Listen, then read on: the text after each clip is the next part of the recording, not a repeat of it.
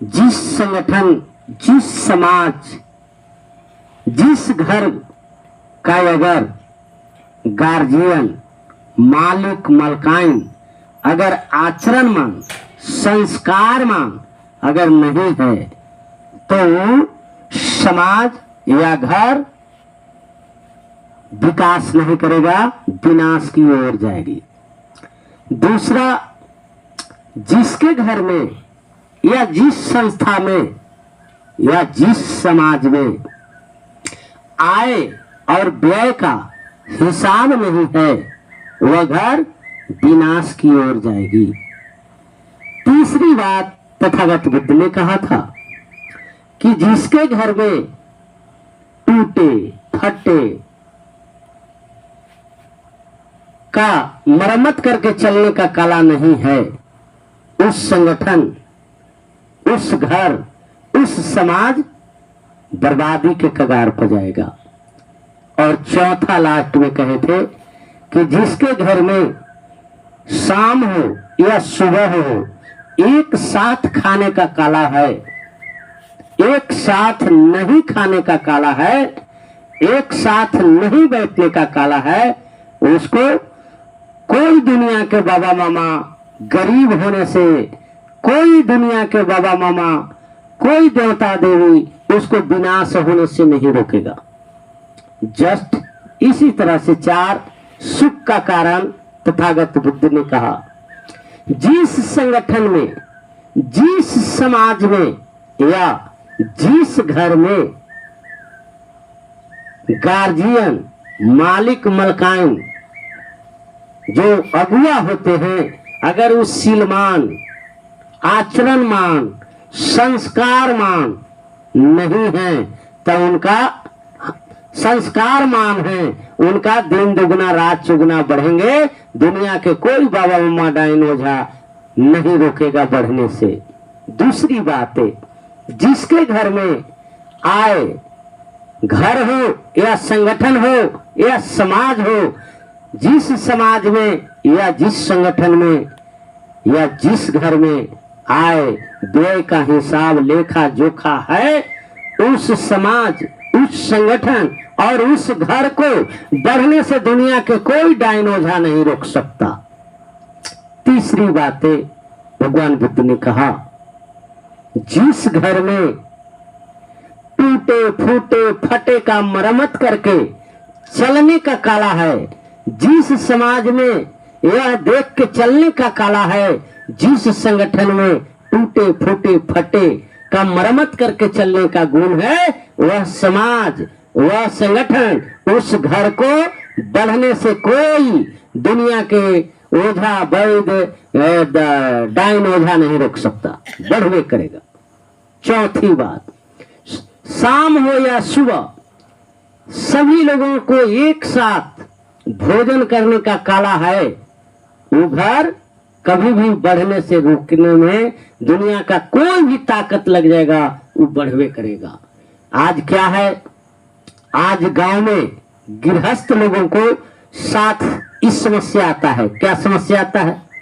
अगर जैसे अभी हमारी गीता खाना बनाती है, खाना महिला बनाती है चाहे कोई बनाए, कभी कभी ऐसा होता है कि खाना बनाने वाले को नमक रोटी या दाल भात या सब्जी भात, दाल खत्म हो गया, ऐसा करके गुजारिश करना पड़ता है। यह सब घर का आदत है, सब समाज का आदत है। अगर वो बात को कहेगी कि अरे सब्जी खत्म हो गया, तो लोग उस पर झांसीन करेंगे। और बेसी बनाने में कौन रोक दिया था क्या? ई डर से न घर के बहू बोलेगी, न समाज में जो मेस बना रहा है वो बोलेगा। तो एक साथ जब बैठेंगे तो बराबरी जब सभी लोगों को होगा तो न किसी को कमेगा और न किसी को बढ़ेगा।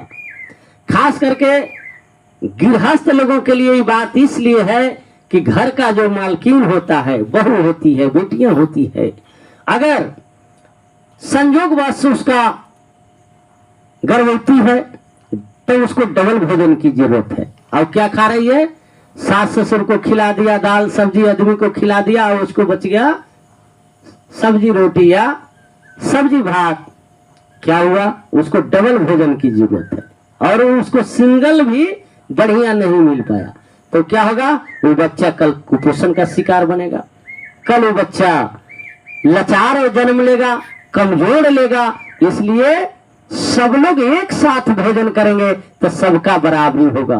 दूसरी बात है कि अगर हमारे बच्चे में कोई नाशा बुरी आदत हो गया है, अगर एक साथ खाएंगे तो अगर उसको दोस्त भी अगर बरियरी कोई नाशा पान कराता है तो वो डर से कल से नाशा करके नहीं आएगा। क्यों कि पापा के साथे खाते हैं, मम्मी के साथे खाते हैं, सब लोग एक साथ खाते हैं, तो क्या होगा कि लोग हमको बोलेंगे हम दोस्त नहीं पिएंगे, हम दोस्त नहीं खाएंगे, इसका करके संग से दूर हटेगा। अगर कोई बीमार है उसको इलाज करा दिया जाएगा।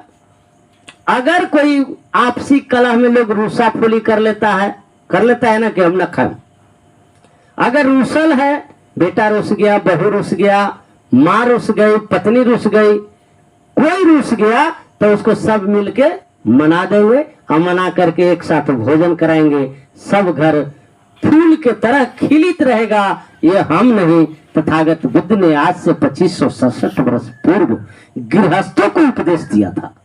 आज हम लोगों को उपदेश गृहस्थ को देने की जरूरत थी, लेकिन आज हमको यहाँ भिक्षु संघ में भी देना पड़ रहा है कि हम कहा आज जो जपते हैं हम लोग खाली क्या 75 सेखियां जो उपाली द्वारा बिना पीठक लिखा गया, क्या है, हम अपने विनय से दूर हैं, हम अपने नियम से दूर हैं। कैसे बैठना है तो चीवर कैसे है, उसके बाद में खाना है तो कहाँ खाना है, कैसे खाना है, नहाना है तो कहाँ नहाना है, कैसे नहाना है, ये सारे जो विनय दिया गया है, ये भिक्षु संघ से लेकर के गृहस्थ के लिए, उपासक उपासिकाओं के लिए भी है। ऐसा नहीं कि खाली नियम कानून भंते लोगों के लिए बना है, भिक्षु संघ के लिए बना है, ऐसा कुछ नहीं है। या जितने भी नियम हैं हम तमाम लोगों के लिए है। लेकिन आज भारत में एक जगह है इन नियम को, विनय को पालन किया जाता है, वह है प्रशासनिक विभाग। जखनी वह पीटी करता है तो चाहे वह बड़े हो या छोटे हो, सीनियर हो या जूनियर हो, अगर किसी से अगर गलती होता है तो सबको उतना ही बराबर सजा मिलता है। तो आज तथागत बुद्ध के जो विनय था वह भारत के पुलिस विभाग में है। बैच कहाँ लगाना है, टोपी कहाँ रहना चाहिए, कॉलर का बटन कहाँ है, बेल्ट का बटन कहाँ है, हुक लगना चाहिए, चैन कहाँ होना चाहिए, सारे डिसिप्लिन आज वो लिए हुए हैं। ये हमको जानने की मौका कब मिला, एक नरेंद्र सिंह आईटीबीपी कमांडर थे, हमने जिंदे, लोग कहता है कि मरने पर वैकुंठ जाता है, मैंने जिंदे छपरा में गया कि 900 बटालियन के उन्होंने दोनों तरफ साइड में खड़ा कर दिया और फूल से वर्षा कराया, और हम भिक्षु संघ उनके में अथी में जहां व्यवस्थित था वहां गए, और वहां ही हमको विनय के बारे में उन्होंने बताया कि हम लोगों को ही डिसिप्लिन है।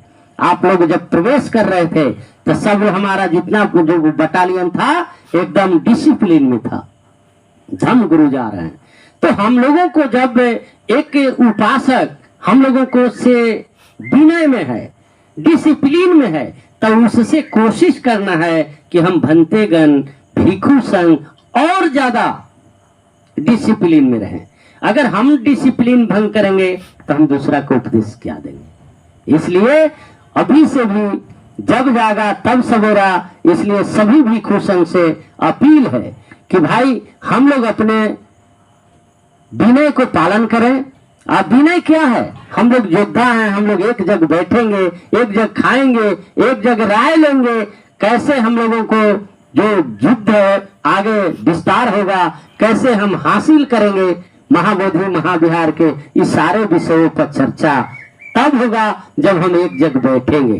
जो अभी पिछले गथा में आप लोगों को बताए थे कि वैशाली पर नहीं विजय प्राप्त होने का यही कारण कि सब एक जगह होता है। हम आज संकल्प ले कि जितने यहाँ हैं 10 बनते हैं, हम संकल्प लेंगे कि अगर प्रज्ञावंश हमसे सीनियर है तो वो आगे चले, तो हम लोग सब लोग उनके पीछे सोचोगे। सुनीत पाल सीनियर है, अगर वो आगे चले हम लोग बेहिचक उनके पीछे चले। ये होना चाहिए, यही है हम डिसिप्लिन का, हम मानवता का मर्यादा। अगर इस मर्यादा को अगर हम भंग कर रहे हैं तो हमको चीवर का कोई महत्व नहीं है, हम धर्म गुरु के लायक नहीं हैं। आज यही चलते भारत से बुद्ध का विचार हटते जा रहा है, अमनुवादों का विचार फैलते जा रहा है। हम जागेंगे तभी लोगों को जगाने के लिए तैयार होंगे।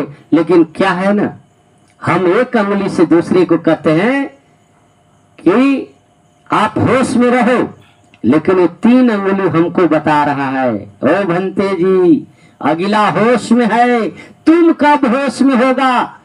हम खुद बेहोश हैं, हम में खुद अवगुण भरा हुआ है। हम प्रज्ञावंश का अवगुण निकालने के लिए एक अंगुली से करेंगे, प्रज्ञावंश होश में हो जाओ। प्रज्ञावंश क्या प्रकृति कराए, सुनीत पाल प्रज्ञावंश होश में है, तुम कब होश में होगा। तो हम बेहोश हैं, यानी हम अपनी बुराई को छुपाने के लिए दूसरे के ऊपर दोष मढ़ते हैं, यही दुख का कारण है। भगवान बुद्ध ने जो दुख का कारण, इसका निवारण रिसर्च करके शोध करके जो निकाला है कि जिस दिन अपने चित्त से अपनी बुराई को निकालना प्रारंभ कर देगा, एक दिन 2 दिन एगो दुगो बुराई निकालते निकालते निकाल देगा, तो जिस तरह से आटा जब होता है वह पिसान में पिसाता है और चलनी में छनाता है, तो जितने कचड़े होते हैं, जितने उसका बोकले होते हैं वह हट जाते हैं और अच्छी चीज रह जाती है, उसको गोंद करके हम लोग रोटी लीटी लगा के खाते हैं। तो भगवान बुद्ध ने अच्छे संघ का निर्माण किया था। आज ऑल इंडिया बुद्धिस्ट फोरम या आज महाबोधि महाविहार बोध गया मुक्ति राष्ट्रीय समिति जो संगठन बनाया है, यह चुस्त दुरुस्त बनाया है। कल हम लोगों को शिकायत न हो, इसलिए हम लोग अपने आप से डरे, दूसरा से डरने की जरूरत नहीं है। हम लोग अपने आप से डरे कि हमसे कोई गलती तो नहीं हो रहा है, चाहे वो बड़े हो या छोटे हो, नियम सब पर लगता है। हम अपने गलती पर जखनी ध्यान देंगे आनापान में, तखनी ये लगेगा कि जब हम अगर बुरा हो सकते हैं तो अगला भी हो सकता है। इसलिए अपने बुराई को पहले दूर करें, तब संग पर उंगली उठाएं, तब जाकर के कल्याण होगा और फिर यह अखंड भारत का निर्माण होगा।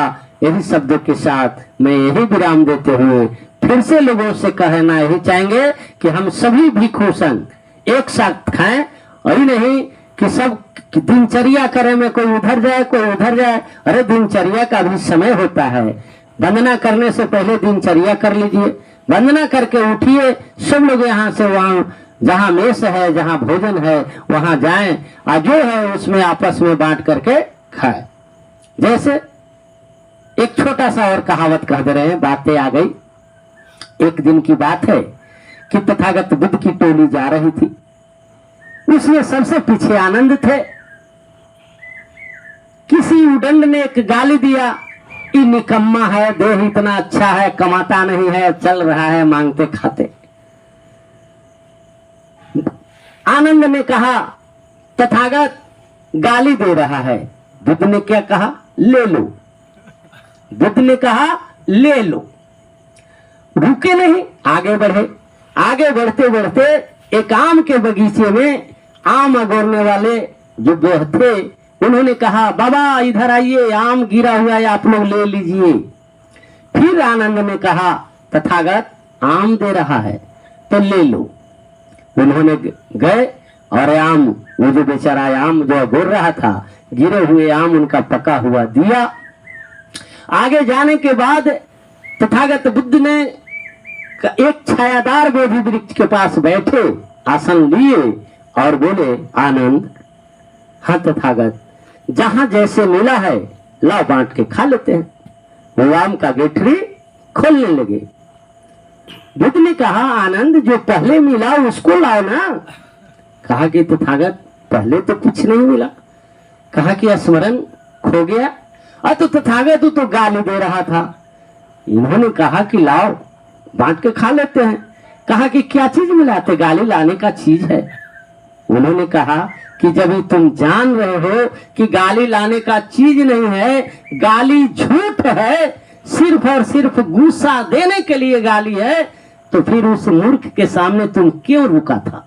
उस मूर्ख से तुम मुंह क्यों लड़ा रहा था? फिर वो मूर्ख और तुम में अंतर क्या रहा?